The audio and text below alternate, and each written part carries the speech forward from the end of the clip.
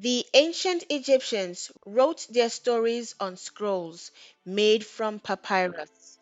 Some of these scrolls survived thousands of years, buried in the sands of the Sahara.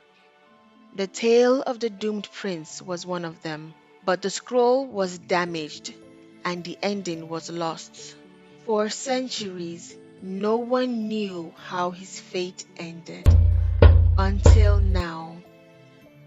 A long time ago in ancient Egypt, the king's heart was heavy because he did not have a son. He called upon the gods, and the gods heard. They decreed that an heir should be born to him. In time, the child was born, and on that day, the seven Hathors, goddesses who know the fate of every being, greeted the prince. They pronounced his destiny. He would meet with a sudden death, they said, either by a crocodile, a serpent, or a dog. This made the king live in constant fear. Now, because the king was always afraid, he told his soldiers to find and kill every crocodile, every snake, and every dog in all of Egypt. He also commanded that a palace be erected in a lonely place so that the prince might be well guarded. He provided servants and all kinds of luxury and gave orders that the prince should not be taken outside his safe retreats. The young prince grew up inside the tall palace walls. He was handsome, with dark hair and eyes, and a mischievous grin. Though the prince was little, he was very strong. He also had a very curious nature. He loved to try new things, and he wished he could see the world outside the palace. But guards watched him carefully all the time. The young prince became very restless, and soon he perfected sneaking in and out of the tall palace walls without the guards finding out. One day, the prince sneaked past the guards. He ran through the palace gardens, going farther than he had ever gone before. Then he found a small hidden place under a big fig tree. It was a little den. Inside, he saw a tiny puppy. The puppy's mother was lying dead nearby. The little puppy was all alone and whimpering, and the prince felt very sorry for it. Gently, he picked up the pup. He hid the puppy under his clothes and quietly went back to the palace, climbing the tall walls. But a servant saw him, and when the king found out what the young prince had done, he remembered the curse, and his eyes became narrow and angry when he saw the puppy. "That dog will bring you death," the king shouted, and he reached out to grab the pup. But the young prince stood bravely in front of his new friend. "If you hurt him," he said loudly, "I will jump from the highest window of this palace. He is my only friend."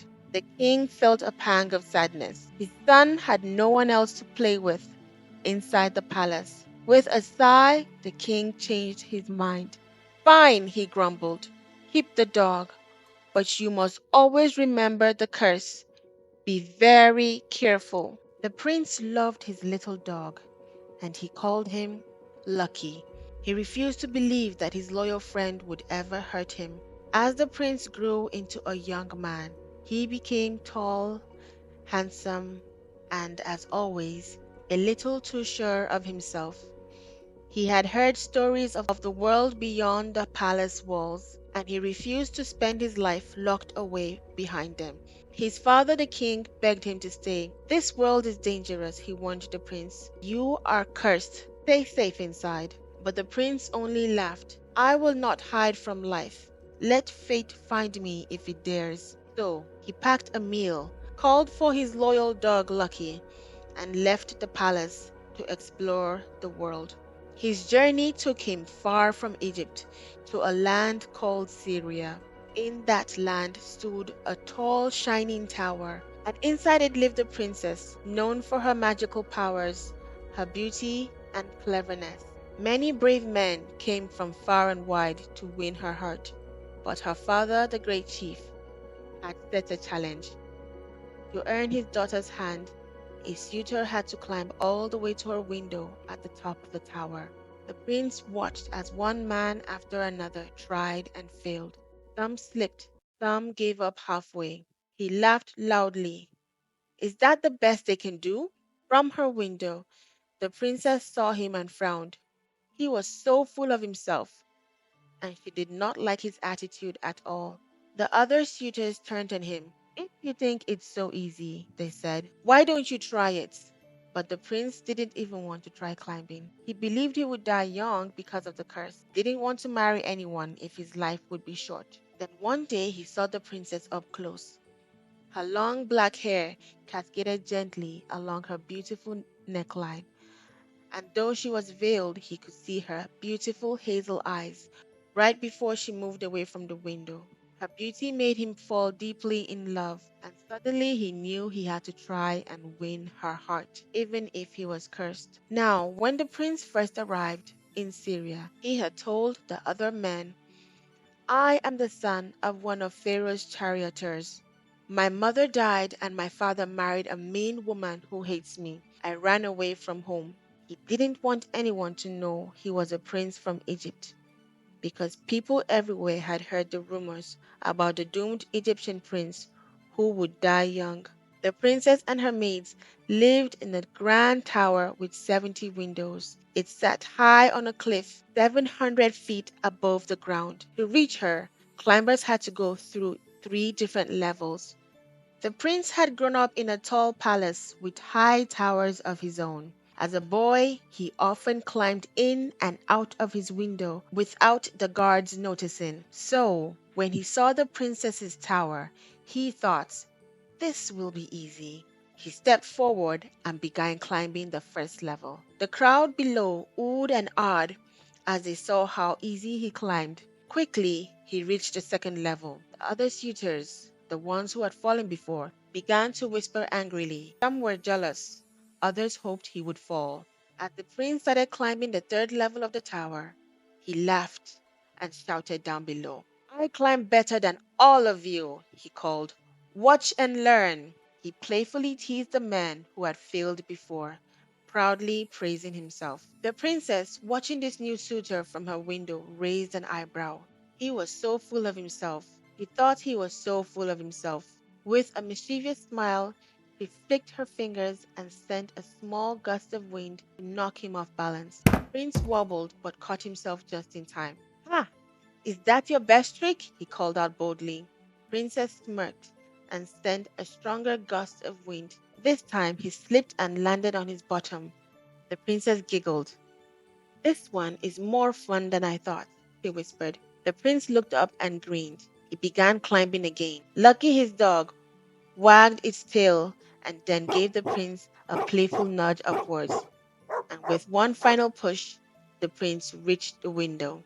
The princess was surprised and impressed. He hadn't expected him to actually make it. They hugged each other, but her father, the great chief of Syria, had seen everything and was not pleased. Am I going to let my daughter marry an Egyptian runaway? Tell him to go back to his land at once. But the princess spoke up bravely. By the name of Ra, if I cannot marry him, I will never eat nor drink again. The chief had no choice but to agree. He called for the Egyptian prince. The prince was afraid, but the girl's father hugged him and said, you are a truly noble young man. I love you as if you were my own son. Tell me who you really are. So the prince told the Syrian chief the truth. He was a prince from Egypt. The chief became afraid when he heard this. He pulled his daughter aside and warned her about the dark curse on her new husband. But the princess would not listen.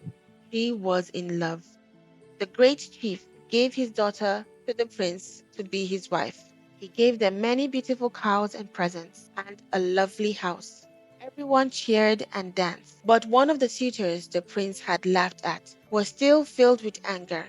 When he discovered that the mysterious groom was the cursed Egyptian prince, his jealousy turned dark. The angry suitor went to the Nile River and said, great beasts of the Nile, take revenge for me. Deep in the water, the crocodile opened one eye. The curse had awakened.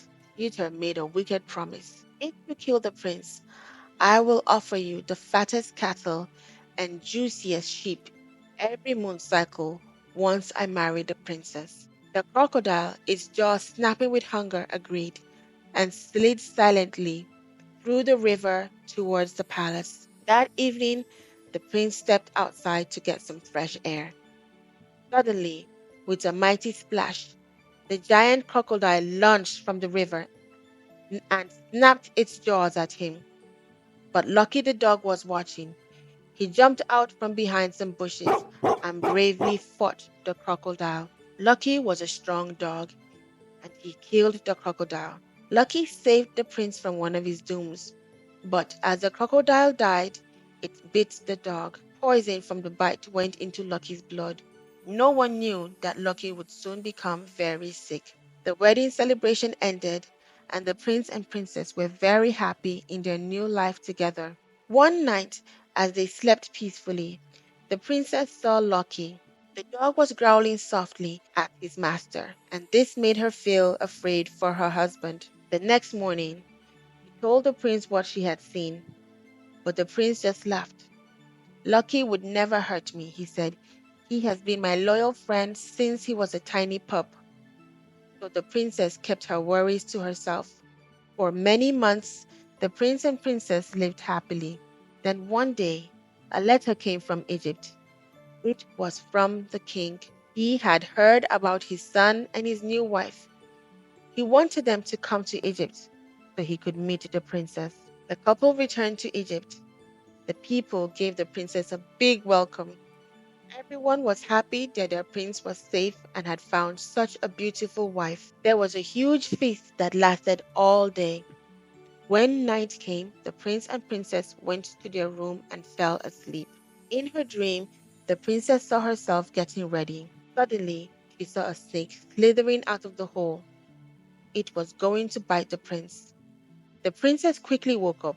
She saw a snake at the bottom of their bed. It was ready to strike her husband. Fast thinking, she told the servants to bring a bowl of milk. They put the bowl near the snake.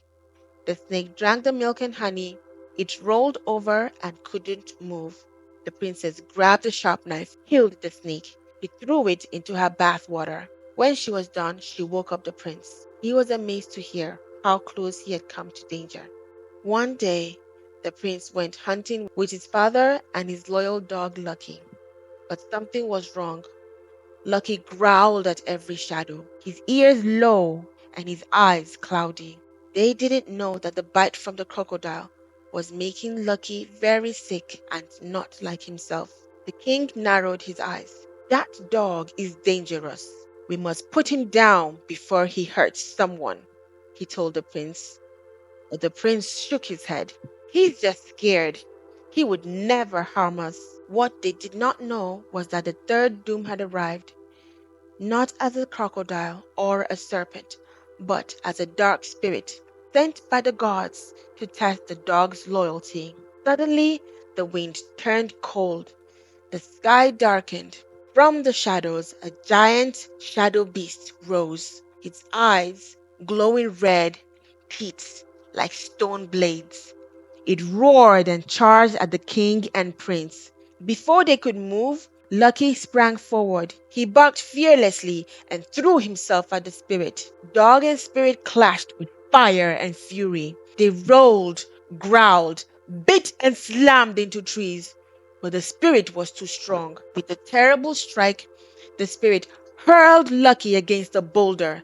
The brave dog let out one last bark and lay still. The prince gasped, "No, Lucky!" The king, furious, grabbed his spear and tried to defend his son, but the spirit knocked him aside like a leaf in the wind. Now the spirit turned to the prince. The prince drew his sword. They fought. It was sword against shadow, light against doom. The spirit struck a heavy blow, and the prince fell to his knees. But before he collapsed, he raised his sword and stabbed the spirit in both eyes. The spirit shattered into black mist and was gone. The king was heartbroken. His son was dying. He cried and begged the gods to take his life instead of his son's.